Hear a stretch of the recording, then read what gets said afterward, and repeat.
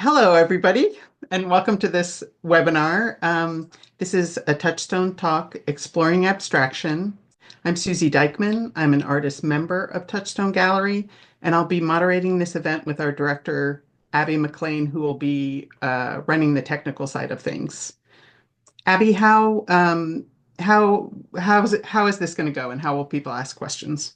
Absolutely. So if you have any questions, you can add them to the Q&A section at the bottom of your screen. We'll get to those questions that you type if we can during the conversation. But if any questions remain, we'll answer them at the end. And you're also welcome to ask questions verbally at the end of the discussion.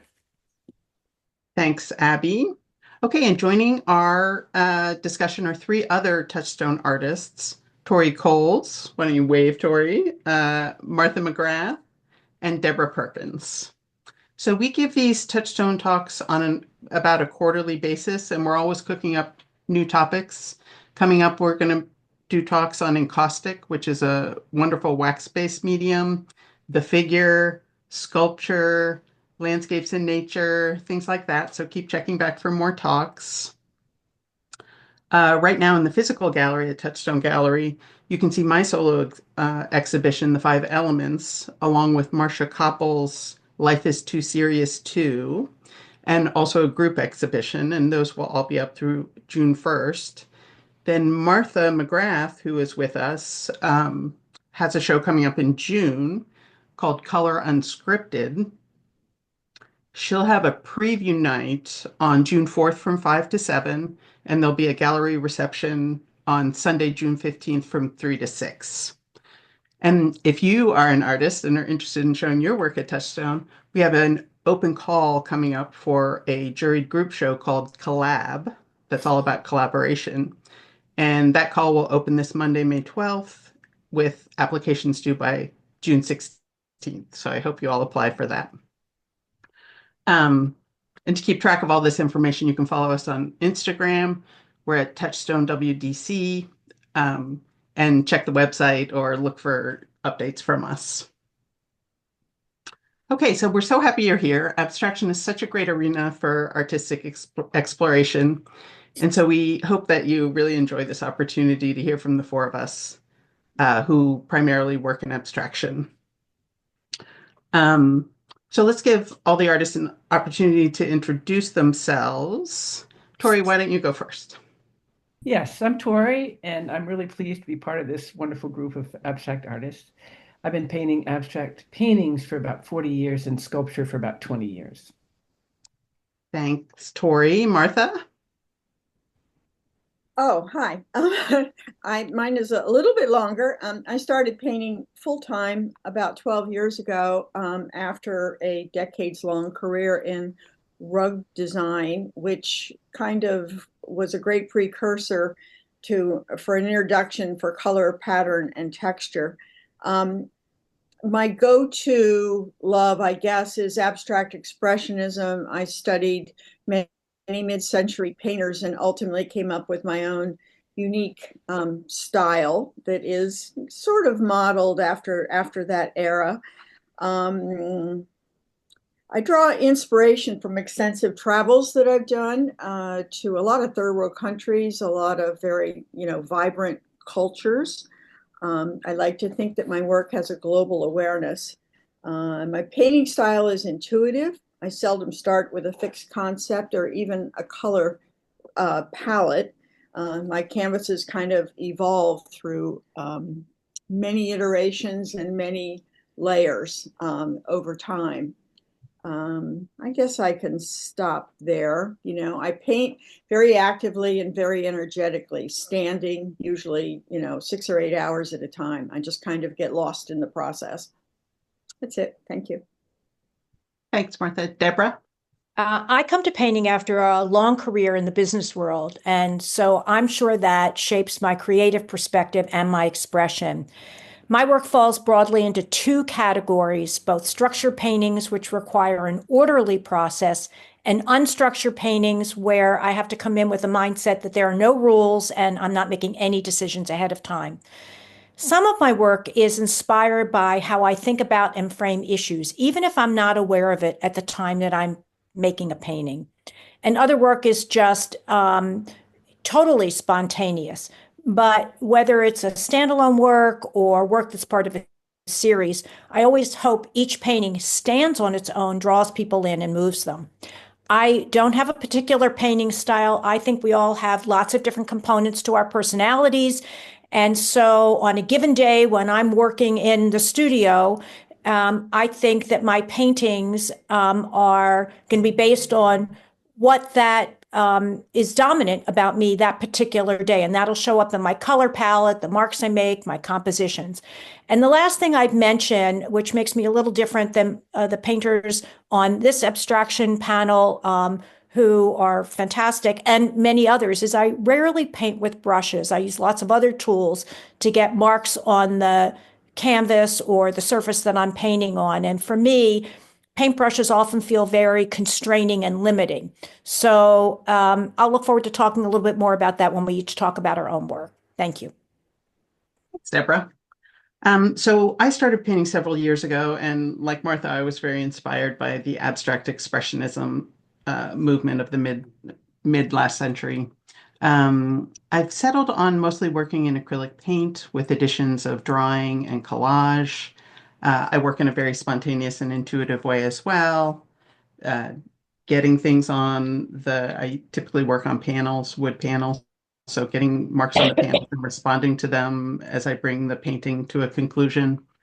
And my painting is very much grounded in and inspired by my work as an acupuncturist, where we look at the world, at people, at nature, and at art through the lens of the five elements. And so I'll be talking more about that when I show my individual paintings. So everybody's going to have a chance to talk about their individual work and show slides of their work. But first, I'd like to start a general discussion about abstraction. And I wonder what got you first. Martha and I said a little bit about it, but what got you first interested in abstraction as opposed to another kind of artwork? And Tori, why don't you kick that off? Okay. I love both looking at and making abstract art because it moves me at a gut level. The best analogy that I can think of is to music. You know, a symphony of riotous colors, shapes, and textures moves me visually, just as jazz or classical music moves me auditorily. I like that abstract art is not prescriptive, that the viewer can see whatever they choose in it, that it's usually not trying to teach or proselytize. It's simply an expression of the artist's deeply held truth expressed in the language of color, shapes, and textures that's offered to viewers to interpret, respond to, and enjoy, or not, as they like. Having worked at the Torpedo Factory for years, where I both worked and showed my work, I'm well aware that many people don't know how to look at abstract art. They feel intimidated by it. They think they should understand it or should even like it. And abstract art is so varied from total chaos to minimalist structure. I think it's important to realize that we have every right not to like it, that not everyone, I've had to come to terms with the fact that not everyone is going to like my own work and that's okay. That when I do respond strongly to a piece of art, it's magical. It tugs at me, moves me at a gut level, evokes emotions and thoughts, and lifts me up somehow and connects me to the rest of the human race. Also, while working at the Torpedo Factory, I'd sometimes hear fathers saying to their 5-year-old son, "You could make me a painting like that." Mm-hmm. And it was always somewhat distressing to hear that because it's so hard to make a good abstract painting. Sometimes when I'd been working on a painting for weeks or even months, I'd get to a point where I wished it was done. And I was hoping it so much that I'd put it on the wall as if it were done. But after looking at it for a week or two, I'd finally have to admit that it really wasn't working. What's interesting is that people coming into the gallery also never responded well to those paintings. When you have a chaotic mess of colors and it works or it doesn't, what makes a difference? I mean, that's very interesting to me. Sometimes it's a small change in the painting that makes it come together and work, that turns it from a painting that's way too busy into a painting that's just brimful of wonderful stuff to look at. There's so much focus these days on the importance of concepts in art. Abstract art is not immune to the incorporation of concepts. Personally, I'm not crazy about being forced to consider a concept. It's mostly acceptable to me only when it's accompanied by a powerful visual component which can stand on its own. What makes magic in art? After visiting cave art, Picasso famously said, "We have invented nothing." And I'm not sure that's true. I think every artist who honestly puts their heart and soul into a piece of art is offering the world a gift of creation and invention. It may seem insignificant when compared to the vast array of amazing art that's been created over the centuries and across the world.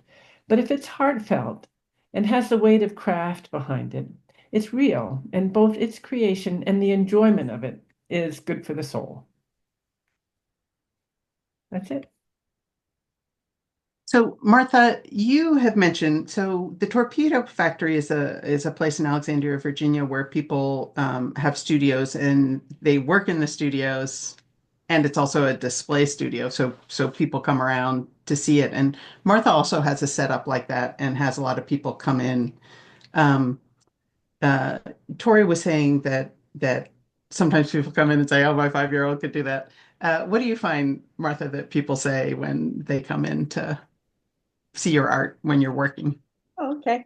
I am a Torpedo Factory artist, but my studio is closer to where I live in Reston, Virginia. So I'm not, physically in the Torpedo Factory. And I've had, the worst case scenario visitors or that 5-year-old and their parents who want to show me a portfolio of their 5-year-old's paintings rather than looking at mine. So, that happens too. I'm in a studio in a historic district. The plaza is 60 years old. We're on a lake, and it's been a working art gallery for the last 60 years.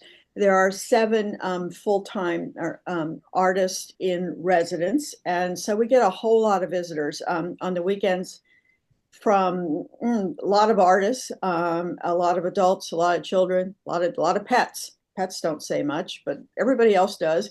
And it's just a happy, frequented, active, dynamic place, which is very inviting to people.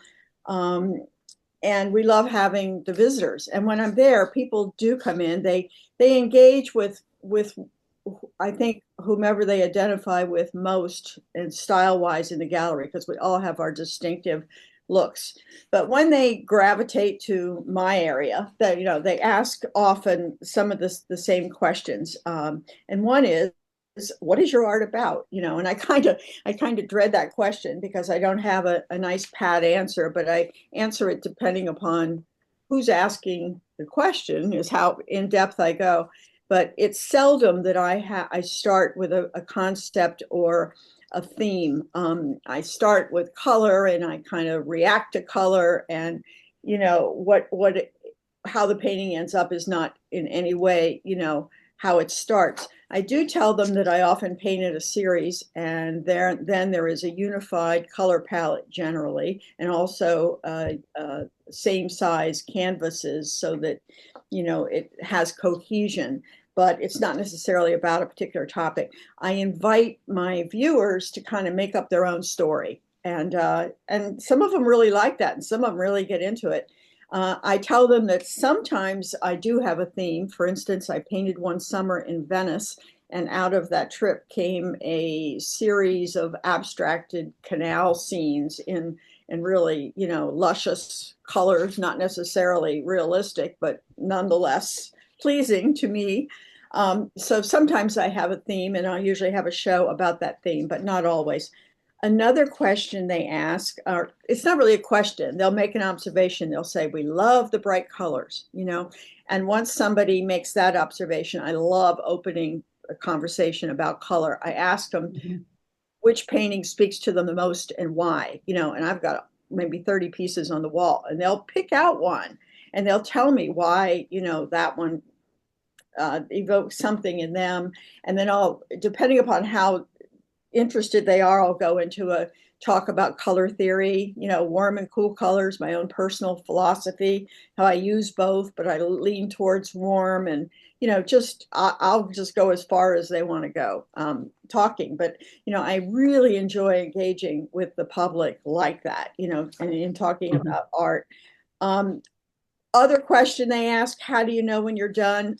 That's the question I dread the most because it's very subjective, and I don't always know the answer. Sometimes when I think I'm near completion on a painting, I will live with it. I'll leave it on my easel in my studio. I'll look at it from outside at night. I'll look at it during the day. I'll look at it for a week or so.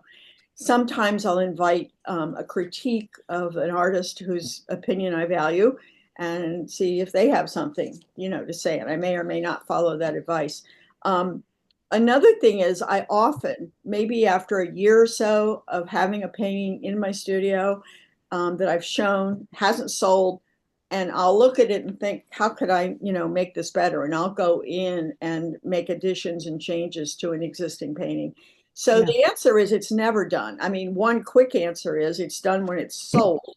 And I've now stopped myself before someone said, "Oh, I love that painting." I don't say it's not finished. Right. They want to buy it. So, if they think it's finished, then it's finished. I had I heard that William de Kooning, who's one of those famous abstract expressionists, used to say that he never finished a painting. They just escaped from his studio. Oh, that's good. Oh, I like that. I like that a lot.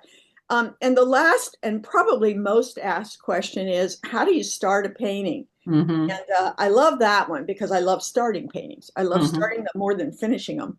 And to me, the starting is about 60% of the process because it's a non-thinking activity. And it just, I throw color, sometimes literally, on a canvas. I cover up all the white space and I keep on going, and there's no thought whatsoever involved. I try hard not to think until near the end.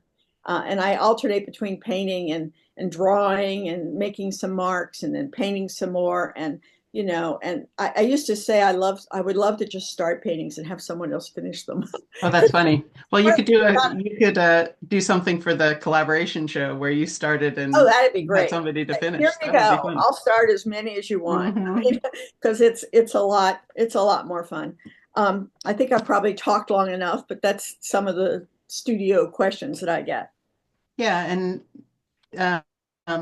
it's interesting that Martha says that she works in a series. I work in a series too because that helps keep me moving. So if I have 5 or 6 panels that I have going and I have a certain combination of colors on my palette, and one, I'm painting away and having a great time, but then I'm feeling stuck or I don't know what to do next with painting, I can just set it aside and get moving on the next one. And that keeps me longer in that space that Martha's talking about, that sort of free beginning time when, you're being playful and you're just making marks, and, the hard work of bringing it to a successful conclusion has not started. So cycling through the series really helps with that. And then when you're done, the extra benefit is that typically those paintings will have some cohesion across them.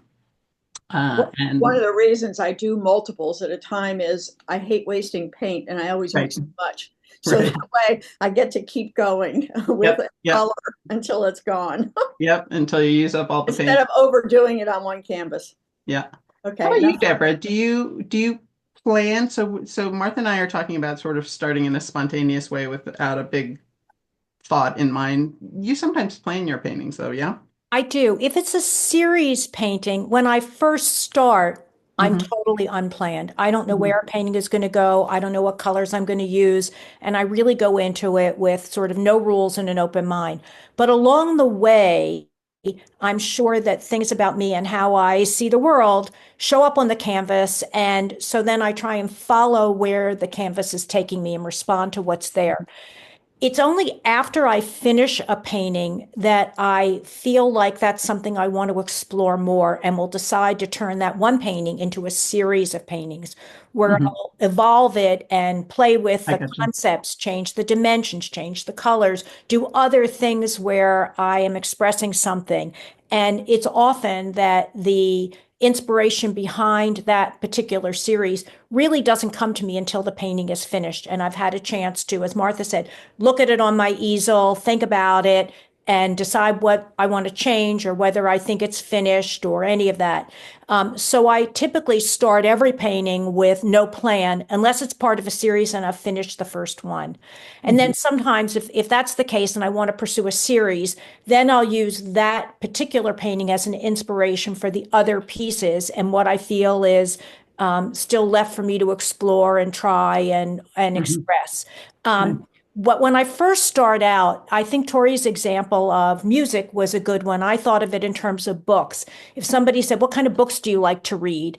Well, sometimes I like biographies, sometimes I like mysteries, sometimes I like historical fiction. It really ranges. And I feel the same way about abstract painting, which is why I don't have a particular style. I think if I had to paint in the same style all the time, I would choose something else to do. I just get bored. And I think painting needs to have a level of energy and something that comes from within inside that's authentic.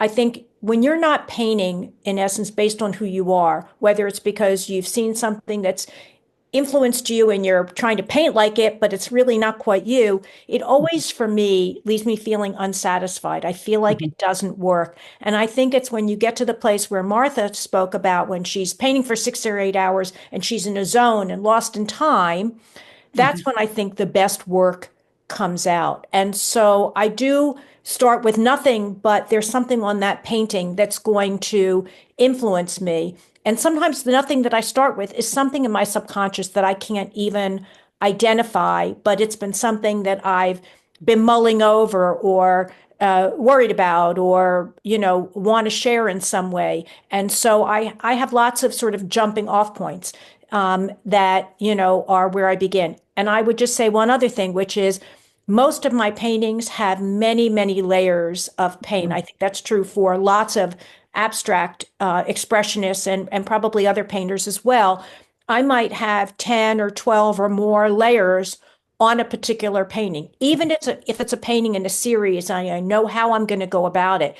They still require many, many levels of layers of paint in order to accomplish the colors, the marks, the overall composition, and the feeling that you want to express in that particular painting. Nice. Now, Tori is the only one among us who works in abstract sculpture. So how do you get started with a sculpture, Tori? Do you like have all your fun stuff that you've assembled and then you start putting it together, or how does that go? I think so. I think that the connotations of the finding materials that really speak to me in some way is crucial. And Hmm. I really start with that. Hmm. It develops the same way in terms of playing with color, shape, and texture after Hmm. that, Hmm. very similarly to Hmm. painting. But I think the And and I notice that in your work there's often like a contrast, like you're looking between sort of grungy juxtaposition. construction Yeah. materials and very fine things. Yeah, I have a lot of stuff, and Hmm. sometimes, I'm working on something and I throw it away, and then I look over and it's landed on something else, and it's like, wow, that's interesting. Hmm. So it's the same spontaneous process, really, as you're talking about with your painting, which I think which what Deborah was talking about of expressing something that you're mulling over. It's Hmm. a different language. It's not a verbal thing. Yeah. But something moves us about what we're doing, and it's important to us. And it's unclear why or why that particular thing represents what's important to us, but for some reason it does. It's so abstract that way, and to me that's fascinating that it comes out that Hmm. way. And I think we really do know when it's done. I mean, we might not know right away, but when it's done, it's done, and Hmm. it seems to do whatever it is that we wanted it to do. And it's kind of hard when you read reviews of abstract art. Journalists try to put it into words, and Right. I, you can to a certain extent, but it's just such a different language. Yeah, and I think people who aren't used to looking at abstract art may kind of struggle with that. I noticed that people really like having representational things because there's a narrative way into a piece that has some recognizable forms. But people, just like you said with music or, if people like fashion or decorating or things, those are all just preferences that people have, and they know they have them. They can look at two rooms in a magazine and they know that they like A and not B. Um, and it's the same with the abstract art. You know that you like, Martha likes warm colors. Somebody else will like cool colors, or and everybody's got it in them, but they just don't know it yet, potentially. Yeah. Um, okay, so um, let's see. Let's have everybody show their own work now. So, and we're going to start with Tori. So, Tori, Abby, let's go ahead and bring up those slides. And Tori, why don't you tell us about your work? Okay.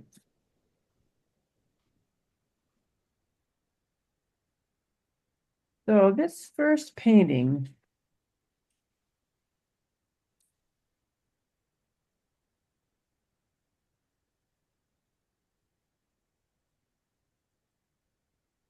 basically, I'm with my abstract painting. I think you're just playing with color, shape, and texture. It's interesting to me that when you add any color or take away a color out of a painting, it just changes everything. Like if you put your finger over this red spot here on the corner, Which corner? over on the left-hand side here, this Mhm. red, the red there, it immediately pushes your focus over to the right-hand side of the painting where all the bright colors are, and the left-hand side gets darker and moodier. Mhm. And so that happens when you're making a painting. Every time you add or subtract a color, it changes everything. I find that fascinating that one color can have such an impact on a painting. Um, but basically, I'm trying to make a symphony of colors and shapes and textures that moves me visually in some way. Next slide, please.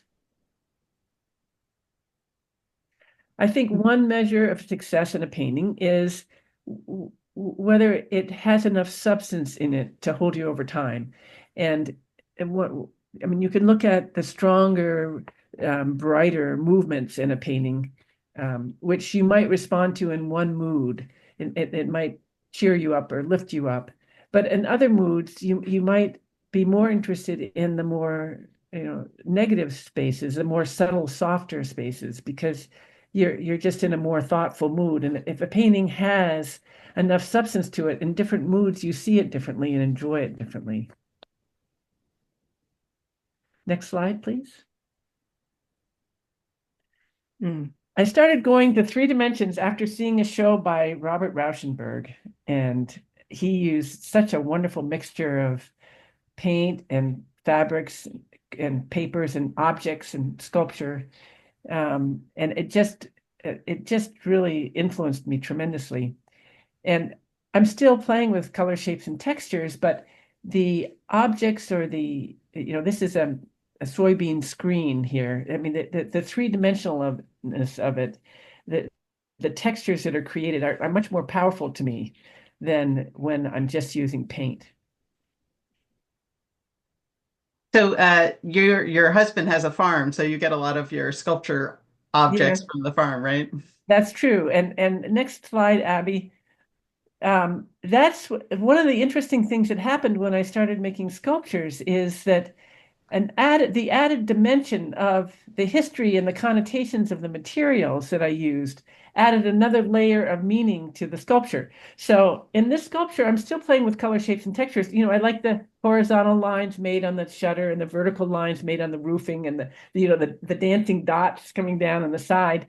But that roofing is from the farm, and it's protected animals from nature for decades, animals or equipment, and it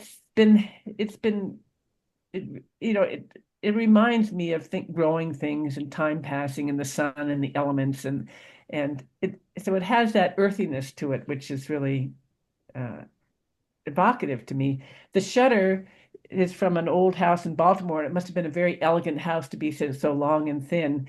And I used to be a carpenter. My dad was an architect. Nick and I have done renovations, quite a few buildings. And so the shutter to me sort of reminds me of that history that I've had. I love architectures, both old and new. And that that shutter kind of reminds me of that. And that's old antique sari material on the shutter.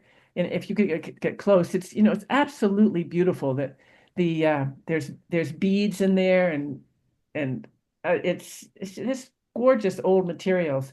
And the beads on the coming down on the left from that curtain rod are old African trade beads. And to me, they're the juxtaposition of ancient art from all over the world, from India, in this case, India and Africa, and the beauty created by, the earth and farming.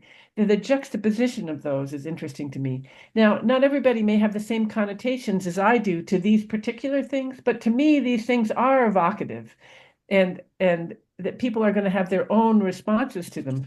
But I just try to put something together that speaks to me and hope that that other people have some response to them. And Tori, on this piece, you can move the shadow is a piece of it, and can't you rotate the Yes, arm that then too? arm moves over to the right, and so the beads fall down in front of the corrugated roofing, so it changes its composition. And in this case, you don't really see the shadow that well that's made by this right-hand edge, but if it's lighted properly, it does. Mm-hmm. And Next so slide, the please. shadow becomes part of the composition. Absolutely. Yeah, this is a black and white piece, no color, it's just black and silver. This is a blown out truck tire I got off the beltway, and this is some chicken wire that got caught up in my husband's tractor's PTO and twisted around. And these are tags up at the top there, the tags on little metal wires that make those dots. And to me, this is just I love the composition and the negative shapes that are created and the variety of shapes and lines that are created in this. Last slide, please. This is just my attempt. This is corrugated roofing around the outside edge, and this electrical wires sort of extend the internal lines of the sculpture. It's just my attempt to make a symphony of colors and shapes and textures and connotations that I find beautiful. This is 6 feet long and 3 feet tall. Oh, That's it. It's what I love about these 3D pieces, the shadows become an integral part of the of the piece. You don't get that with flat painting, and this is just so complex and beautiful. yeah. I love the history of the different components of the pieces used in these sculptures and how sort of their rich history adds to the meaning of something, again, whether intended or not. And I think it does elevate the interesting qualities of the particular work. And I also love the tactile quality of the differences in all these materials. I think that's wonderful. Yeah, when you talk about connotations, obviously people have different connotations. So Right. it's not something that the maker can predict how other people are going to respond to them. They can only do what is important and moving to us, and then send it out into the world. I think that's a really key point about abstract art, that whatever the artist had in mind at the time the piece was made doesn't determine what the viewer will necessarily see. And I think it's up to each viewer to decide what they think of a particular piece of art and what they see in it, why it may move them, why it's meaningful for them. And I think artists in general very much accept that and hope for that, because if it moves you for whatever reason. And that's up to you to decide as a viewer, as opposed to the artist to decide for you. Yes, something that I love about abstract art, that it's not prescriptive. It doesn't tell you how you're supposed to interpret it or Right. see it or like it or even like it or not. It's very sort of democratic that way. Totally. Well, thank you, Tori. Martha, let's see some of your paintings. Okay, Abby, is it possible to put up 1 and 2 at the same time? If not, just give me one. Unfortunately not, but I'll give you one. No problem. Sorry, I should have asked you before we started all this. Okay, I'm going to go fairly quickly because I want to leave time for questions and answers. So I'm just going to go through these fairly quick. I have 6 slides, and they're divided into time periods. The first 2 are 3 to 4 years ago. The second 2 are 1 to 2 years ago, and the last 2 are current work. And so I kind of did that for a reason, because, you know, my look evolves and my interests evolve and my style and different types of pieces evolve. So I have multiple kinds of work, and I'm trying to give an example of all of them. This is not typical of my normal color palette, which is bright, as I said, a lot of orange and red and, you know, bright colors. But I love this piece, and it actually has hung in my hallway for quite a long time, but I'm going to put it in my upcoming show, even though it's an older piece. I like that there are neutrals. I like that you're looking into it. It has depth. And I like the little pops of color that aren't, you know, overwhelming. It's a square. I often work in squares, and it's just an older piece that I like. I don't particularly want to sell it, which isn't true of most of my work. I'm very prolific and I love selling things, but certain pieces I like to keep. And that's true of the second slide that's coming as well. We can look at number 2, Abby. This is a piece that hangs in my house. It's 36 by 48, I think, or 48 by 36. It's called Chutes and Ladders. The first one was called Rhythm of Life. Chutes and Ladders, and you can maybe see the reference to that. There's a lot of texture in this piece because it's it's an older piece painted over, like it was done a couple years before I gave it a new life and really changed the color palette a lot and kept very little of the original painting. And something about it just pleases me, and I'm not sure that I can really articulate it. Could be that there's some good neutrals along with the pops of color, and there's a lot of interesting things to look at. So this is an example of something I did a long time ago that I still enjoy looking at today.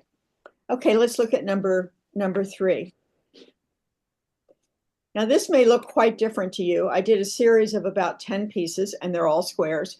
And interestingly, this has underlying many layered colors, bright colors, which ultimately became mostly covered over, but the history kind of shows through. And the closer you get to it, the more little things you pick up, the more subtleties. So these are actually these series of 10. They're called Reflections. Were really harder, a lot more labor in them than most of my work, because the whole process of covering it over with various off-whites and deciding what to allow to peek through and whatnot. And then they all have a resin-like coating. Usually I just use a satin varnish, but here I've used kind of a thick, clear coat that also adds to the dimension of the piece. So I include it just because it's a one-off. It's another look for me that I enjoy doing on a regular basis. I've done this in colors also. I did a series that were mostly orange, mostly blue, mostly yellow, but had the same effect to them. Okay, the next one, Abby. I put this in there because I happen to love collage, and am currently involved with a collage group of about 8 people who are all about collage, and we've been showing together and creating pieces, collaborative pieces, as well as our own pieces. So my interest in collage, which up until things like this piece were collage on my paintings that then mostly got covered over with paint and were just there to provide texture. This is all about the collage. There's paint, but it's hard to tell, but the collage is featured and evident and in the piece. And I, to this day, do a lot of collages, most of them kind of neutral palettes like this. I have some on display right now in my studio gallery. Okay, let's go to the new pieces. The next one, please. All right, this is going to be in my upcoming show. And it's just kind of fun. It's very, very vibrant. I took a painting that I didn't really like the way it was going, and I went into it with with yellows to kind of ground it with a predominant color. And then I played with oil sticks, and oil sticks are like big fat crayons, but they're oil paint, and you use them, manually, which I like. I love making, big gestures and big marks and bold moves. And, so this has oil stick all over it. And I don't know, I just thought it was kind of fun. Plus, you can't really paint acrylic, which the background is, over oil. So unless I remove the oil that I put on, I didn't have the opportunity to make another layer. So I decided I loved it the way it is. And that's how I'm going to show it. I will do more work with oil and oil sticks in the future. But this was just kind of a first attempt, and it's fun. That can be a nice way to, if you struggle to decide when something's done, if you do something like put oil on top of acrylic, then you are done. Because, Now I suppose, put an isolation coat or something and then go back in with acrylic paint, but it's going to look too contrived at that point. I like the looseness and the freedom of it now. It looks like just what it is. I kind of spontaneously went in and, attacked it. So nice. Okay, let's look at the last one. This, I wrote down, Tori said in her opening remarks, chaotic mess. Use that term. Some people could look at this as a chaotic mess. And I did when I first painted it. And I have to tell you, it's 5 feet by 6 feet. So it's not tiny. And, so all of these colors and marks and shapes, kind of have a home. It's a big piece. And this is on unstretched canvas, and it's not yet stretched, and it'll be hanging in the window of Touchstone facing the street in my upcoming show. A lot of freedom here, a lot of spontaneity, and it's just fun. I mean, ultimately, I may just stretch a portion of this or go do more to it or something. But right now, I just kind of like it the way it is. It's the title of my show, Color Unscripted. And I feel like it's an example of no rules. Just, and painting on unstretched canvas is my favorite way to paint. Nail it up on the wall and just go at it with anything, with spray paint, with ink, with charcoal, with any kind of tool I can find, to go for variety and color and just have fun. So this is an example of that. People might like it or not or whatever, but it's a part of me too, the same as the others. So right now I'm leaving it alone the way it is. Thank you. It is gorgeous. It's so dramatic. It'll look so great in the window, and it's so big. Yeah, I hope you never cut it up, Martha. I think if you're going to frame it, frame the whole thing, because it's just beautiful, the whole thing. Oh, thank you. Okay. So vibrant and so energetic. This to me is a great example of the energy of a person being reflected on the canvas. I painted this actually in a mountaintop studio in Santa Fe. So, nice. I mean, and listening to music and other painters around me. And so that kind of energy and collaborative spirit and setting is, allows me to, to express like this. Wonderful. Thank you. Thanks, Martha. Debra? I'm going to start with a painting called Emerging Force. And this for me is on the larger side. It's about 4 feet tall and 3 feet wide. This is one of my unstructured paintings, and I made it just as the pandemic was beginning to unfold. I sort of felt like things were very unpredictable and had a lot of energy and some anxiety about what was going to happen. And I felt this need to complete things before big changes set in, like the shutdown. So this was the first, and when I started it, I didn't know it would become a series. It did become a series, and I have a number of paintings. You'll note that there's some numbers in this painting and some letters. The numbers are on the middle of the right side at 23, and then the lower left quadrant has P3. I often will use words and letters as a way to draw people in through something familiar. Sometimes it'll be a whole word, to draw them into the painting and then have them begin to wander around in it as a way of experiencing it. So I really just wanted a place to express all the energy that I felt around all the changes coming and uncertainty. And so this was my first painting. And again, I started with nothing in mind or even no awareness that that's what was going on until after I looked at it and saw it. And then I decided to use that series as a way to channel some of those feelings. My next painting is called Social Fusion. And this one was made, the first one in this series was made after the death of George Floyd. And when I made it, I wasn't really aware of what I wasn't consciously thinking about making a painting about race or different colors of people.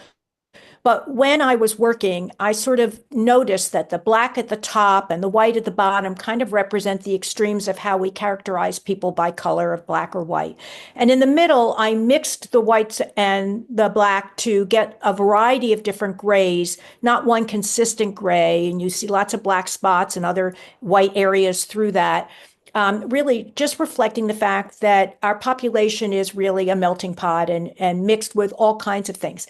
Then I felt like I wanted to represent in some way all the diversity that we had through language, through culture, through personality, all the different traits we each have. So I used the bright colors sort of as an overlay to sort of be integrated with the melting pot that we have, but each stand on their own. And so that was really where this painting came from. One of the things that I did, and you may see at the top what looks a little sparkly, that black area is all very textured. Each individual circle in that black area was made by hand. And so they're all just a little bit different, just like we're all just a little bit different. But I wanted to add a textural element to the painting because I feel like it is sort of a metaphor for the fact that we're all very multidimensional. So I tried to put that all together in one cohesive piece that I thought would be both pleasing and interesting to look at and colorful and bright, but also have some significance behind what it was about. My next painting is called Perspective 301.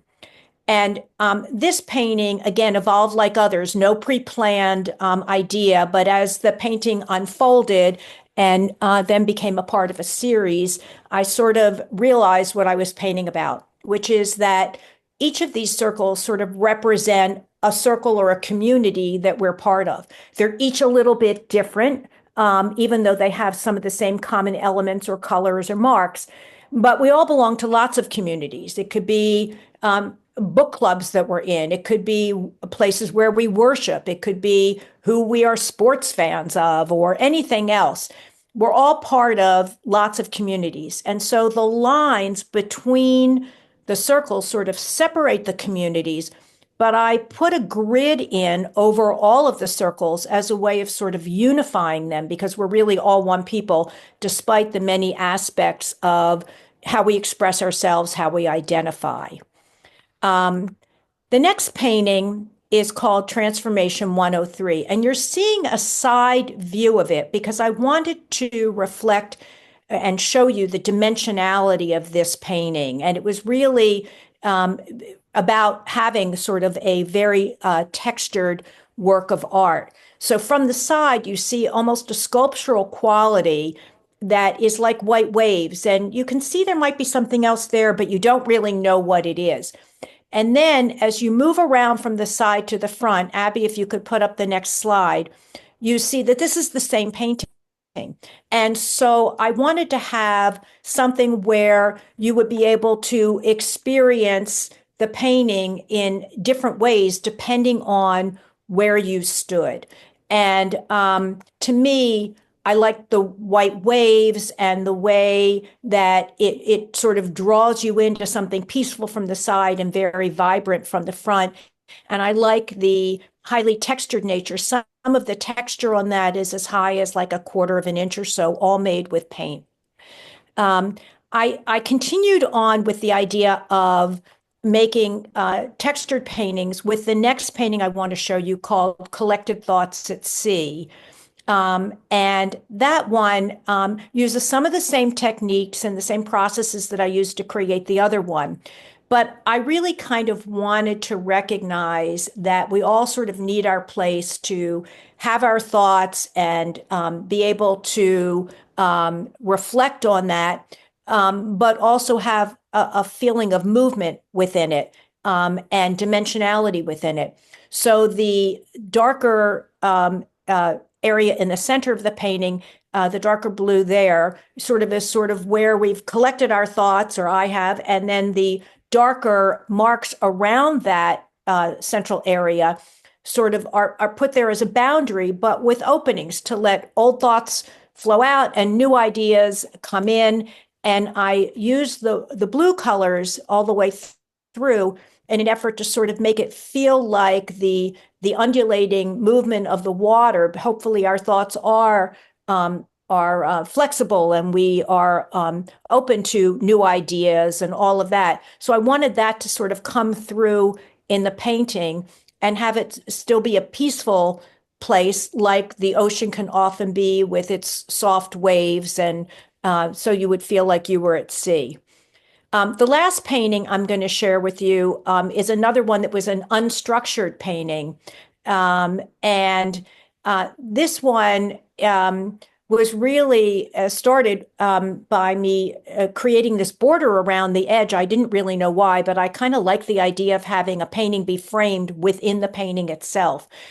So I did that and then made these other shapes, some of which are recognizable, like the house in the lower left corner. Some of them are undefined, but the way they're positioned and with the use of the colors around them, there's a sort of a feeling of them being moved around or swept around by the wind. And I intentionally created a contrast between the softer and more pale or muted colors that I used and the strength of the wind as an idea to sort of have a nice contrast there so that when you look at this painting, you can sort of decide where you want to go with the focus on the movement or the objects and sort of appreciate, hopefully, that contrast. I use a little collage in this, which I do in some paintings as well.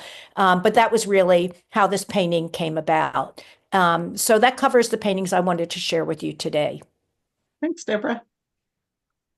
Okay, Abby, could you bring up my first slide with the little scheme on it?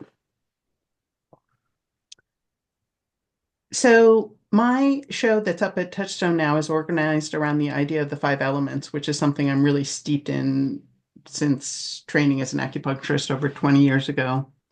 And so I'm just going to give you a little idea about it because this really is now in the background of everything that I do. And I want you to think of it as kind of the movement of energy through the world at a small or large scale. So the water element is associated with the color blue. So each one has colors associated with it. So if you come and see my show, you'll see that it's organized in sort of color groupings. Water is associated with blue or black. It's associated with the season of winter. And so if you think of winter, it's a time of quiet, nothing's really happening. It's maybe a little meditative. Um, you're not, it's not a time for like getting out there and doing stuff. It's a contemplative time. And then when the time is right, you know, things will start popping, the little sprouts will start coming through the ground, and that's the wood element associated with green and the spring. So it's a time of action and decisiveness and getting into motion. And so you're in motion and things are happening, and then the season matures into summer, where there's lots of light, there's lots of time, you have time to hang out with friends and do things. You know, and then there's lots of fun and activity in the world, and that's associated with the color red. And then things tip into, they kind of squeeze in an extra season in there of late summer or harvest. So this is kind of August when things are ripe on the trees, and you think about, you know, it's got a tending quality to it. So you think of a farmer who's taking all this exuberant growth and managing it and bringing it to fruition. Um, and those earthy colors, yellows, browns, oranges, things like that. And then finally in autumn, it's a time for ending and letting go. It's associated with color white, and it's when things die back, and you just got to let go and sink back down into winter. And this cycle informs a lot of what I do, including painting. So, we were talking, how do you get started with an abstract painting? Well, if you've got a blank canvas, that's kind of like being in winter. You don't know what's going to happen. There's nothing. It's a nothingness time. And then you get into motion, you get into action, start making marks. That's like the spring.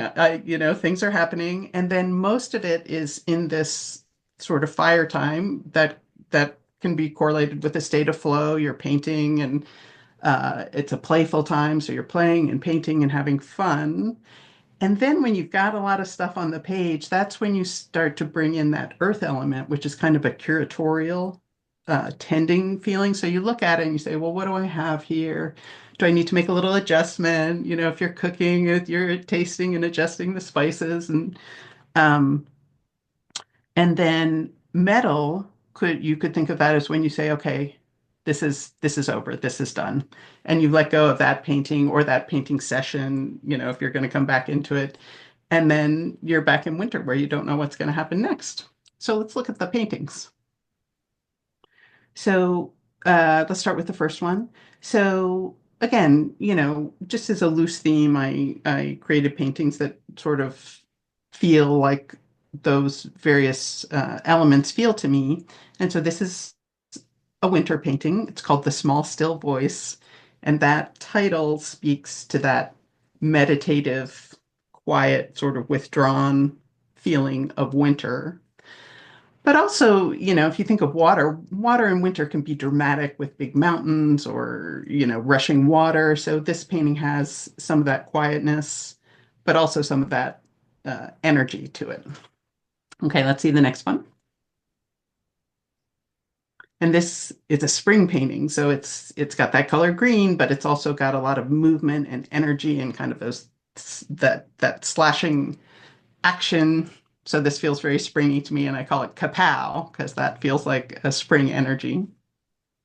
Let's see the next one. So this I call showstopper. One aspect of fire is it's a very extroverted kind of energy, so it can have a sense of drama. And so this one feels dramatic to me, and I called it showstopper because it's got a lot of the strong reds and high contrast areas, the blacks and whites, which makes it have that feeling of showiness that you can associate with the fire element. Let's see the next one. And then here we are in the earth element, and unlike the other ones, this has a little bit more shapes to it. It's still very spontaneous and lots of layers and colors and playfulness, but kind of containing it a little, and that's that tending. So for me, this expresses that sort of tending feeling of the earth. The farmer who's taking that exuberant growth and kind of trying to make it, direct it. Let's just say. So that's earth, and this one I call the prosperous farmer because that is actually an archetype of the earth element in Chinese medicine, because it speaks to satisfaction, a nice big meal, sitting around the table with friends and family. So this is the prosperous farmer. Next one. And then autumn, autumn speaks to those endings. And I actually, in my autumn series, I actually created paintings that spoke to the end of each of the seasons. So even though autumn happens in autumn, anytime something comes to an end, you can feel that poignant feeling of like, things draw to a close. There's just that sweet, can be a little sorrowful feeling. And this one is called Des Alpes, which is a French word that is the term for the time when they bring the herds down out of the mountains because the growing season is over and it's time to shut things down for winter. So this has kind of a more ethereal quality, and that ethereal quality is a quality of the metal element. When the season is drawing to an end and winter is upon us. So that's the last one. Um, so that's all I have, and that's all of our talks. Abby, did anybody have any questions for us? We don't have any questions in the chat. There's a couple comments that I'll share with the artists. But if anyone has any questions, they're welcome to either raise their hand to ask them now or type them in the Q&A box. Okay, we've got a raised hand. One second. Okay, Nina, you're welcome to talk and ask your question. Sorry. Just so exciting to see the four of you. Susan, I haven't seen your work before, but I look forward to seeing it in person. Wonderful. My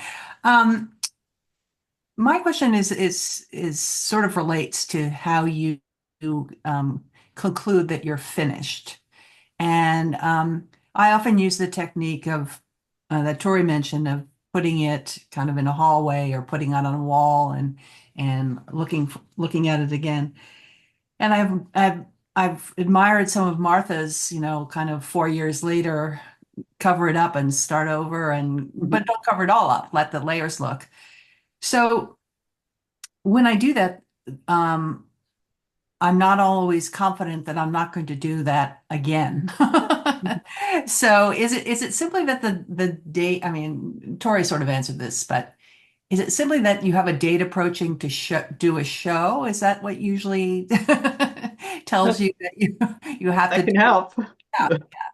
Yeah, there's in Tina Fey's autobiography, she said that she's the comedian. And she worked on SNL, and she said that the producer, Lorne Michaels, would tell her, "You don't go on because it's perfect. You go on because it's 11:30." Right. And so a deadline can help, but we don't always have deadlines. You can repaint a painting after a show. That's I mean, right. That's Right. right. Pull it right down. Keep going. Um, I mean, it's hard. It's always hard, but something that I want in a painting is that it's exciting both at a distance and up close. So if you're standing back from it, there's enough contrast to sort of keep your eye moving around the painting and have an exciting composition. So, I'll put the painting across the room and walk and turn around and kind of sneak up on it and see if I like that composition. And then also when I get up close, I want there to be enough texture and interest to keep me interested from both those views. So that's kind of a lens I use that can be helpful. We have another question. Do you have any rules to help bring a chaos of colors to a piece that works?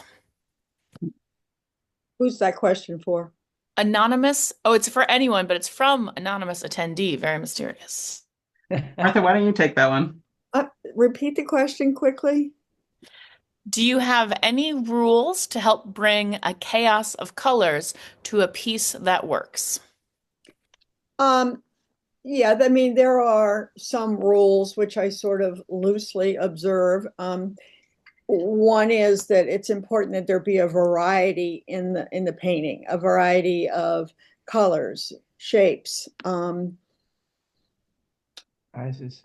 types of marks, types using different tools, using brushes, using palette knives, dripping, spraying, whatever, that there be interest, physical interest in the painting. Another is that it could be a composition that works, that your eye can navigate around the painting and not get stuck. Another is that there be enough contrast in the painting between darks and lights. What am I leaving out, Tori? You're the teacher. There are certain things we all observe and kind of look for in evaluating our own paintings. That's a few of them. Yeah, the only thing I'd add to that is that sometimes you need some resting spots, even if you have a lot going on in a painting, some quieter The one area I forget about. to set off the more active areas. But I think, Martha, you got most of them, looking at the darks and how the darks dance across and how the lights dance across. And um, are you too distracted when you look at it, or are you happy to look at it? Does your eye get stuck on things that are bothering you that you don't really want to look at, but it's taking too much attention? Can you get rid of some of those? Um, what do you want to look at in the painting, and try to set those areas off? When I first started painting, I have a little funny story. One of my fellow artists said, "Well, you don't really have a focal point, you know." And I said, "What do you mean? There's one there and there and there." So yeah, all these elements can't fight with each other at the same time, or you do have a chaotic mess. Well, and Martha takes the approach, and a number of people, you can take the approach of go ahead and make a total mess with just a whole lot of stuff going on, and then decide what you like about it, what you want to set off, and then start calming down around those areas that you particularly like. Sometimes that's, Editing process is the hardest to yeah, me. it is. Because sometimes you edit too much and then it dies on you, and then you got to start over again and start adding back in. I mean, it's not easy. It's just not easy to get a good painting. We have a question for Debra. Debra, you said it takes many layers of paint to accomplish. How do you start a work you know is going to take so many layers?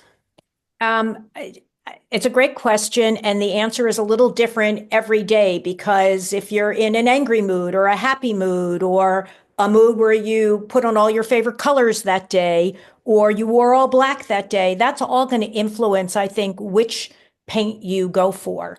And so I try and just follow what feels right on that particular day to start. But that doesn't mean that's where I'll end. And I think the number of paintings that I have where I started a particular way, and either during that particular studio session or as I came back over a period of days and worked on it, there was tremendous transformation. So I really just try and respond to what's there. One of the things Tori reminds us, and is a good thing to do, Susie sort of alluded to it, step back, get away from it and look at it from a distance, look at it up close, look at it at different angles, and sort of assess whether what's there seems to be working. And don't feel like I try not to feel like anything is so precious that I can't paint over it or change it in some way so it still feels like me, even if it's something different that's coming out than where I started. I hope that's helpful. It is. I want to say one thing that when you make your abstract painting, you have total control. It's the only thing you really do have control over in life. I mean, you can't control your children or your husband or the political situation. When you go into that studio and you take a deep breath and just let everything else go and just let what happens happen, it's a very satisfying sort of process.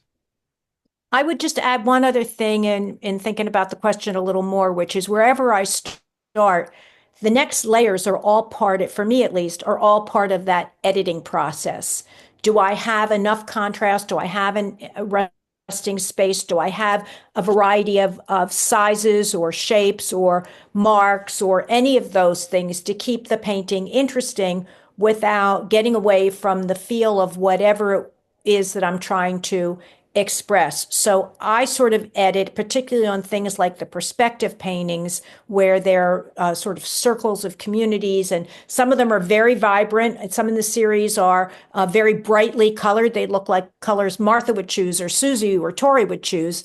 And then others are much more analogous colors, like what I did in that orange version, where it's different shades of orange each side of the color wheel there, to sort of get depth and perspective, but not have it be quite as overt in immediate contrast. So I think each one, there's an editing process as you continue to layer to see what you think works or doesn't work, what feels right for that particular painting.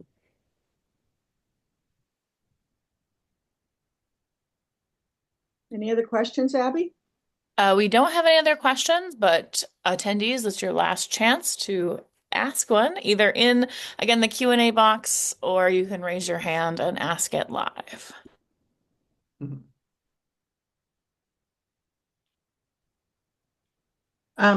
Okay, well, while we're seeing if anybody gathers their thoughts, just wanted to remind you that that to keep checking back for other Touchstone talks, and that in the gallery currently is my solo show, The Five Elements, along with Marcia Koppel's solo show, Life is Too Serious Too, and a group show that so everybody will be represented, all the Touchstone artists will be represented in the group show. And then next month, Martha's show is coming up, Color Unscripted, so we get to see that big painting in the window. And then if you're an artist, please submit to the open call, which will be opening up on Monday for the collaboration show, the collab show.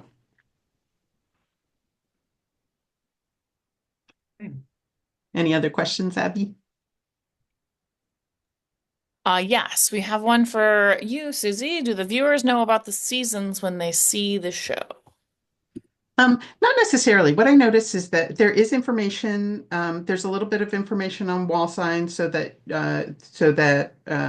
if you want to engage with that theme, you can. But what I did notice uh, at the opening reception is that people immediately came in and they kind of clocked the color groupings and appreciated the narrative flow of just one color grouping into another. And so it's fine if you're not into the five elements or the seasons or anything else, and you just want to look at the paintings. And it's I fine. want to say There's some something about that. information to dive in a little more. Yeah, I Tori. want to say something about that because I think that when I was talking about concepts and Mhm, whether they're important in abstract paintings mhm, or not, this show definitely stands on its own visually. You don't mhm. need to know anything about those Yep. five elements to Mhm, enjoy this show, and the transition between the five, mhm. it's seamless. It just evolves. It's really beautiful. Do you have a closing um opening closing? Closing opening. Yes. Yeah. I have an opening closing. Yes, there'll be a Meet the Artist event. Thanks for reminding me, Tori. I'll be in the gallery on Saturday, May 31st from 2 to 4 for a Meet the Artist reception. And I would love to meet all of you people who I can't see on this webinar. So I would just love it so much if you would come and you can see the show. And Martha, when's your opening? Good question. I think the fourth, there's called collector's preview or something like that. And then on the 15th is the reception And from that's 3 to 2 to 6. 4. 3 to 3 to 6. 6. Mhm. Okay. Good to know. So And that's Sunday, June 15th at 3 from 3 to 6. okay. And then I believe there's a closing thing or meet the artist or something, but I've forgotten the date. July But 6th. July July 6th. Okay, great. We have one more question. Want to know a little bit more about the workshop in Santa Fe, and then just lots of complimentary thanks and inspiring messages to you all. But Martha, if you want to talk just a little bit about Santa Fe before we close. okay. I go to lots of away workshops. I just love the stimulation of other countries, other artists, other, venues. I go to Santa Fe once or twice a year. That's one of my regulars. I paint at Ghost Ranch, which is an hour outside of Santa Fe. It was George O'Keeffe's digs back in the Beautiful. day, and I do that with some West Coast artists every year. But I also go to a place called Artist Getaway, and it's beautiful. It's up on top of a mountain, and they host many different workshops. You can Google Artist Getaway during the year with many very accomplished painters. I've taken them with Jane Burton, Krista Harris, and some others. So it's one of my favorite places to go. You spend a week painting with very talented people and painting big for the most part on the wall. You get a big space, 10-foot space. So there's workshops all over the place, but that just happens to be one of my favorites. That's it. Thank you. Okay, well, thanks everyone for coming. We really appreciate it. It was so fun getting together with my fellow artists and friends and collaborators, and hope you enjoyed it and hope we see you for another talk. Thanks so much. Thank you. Thank Bye-bye. you.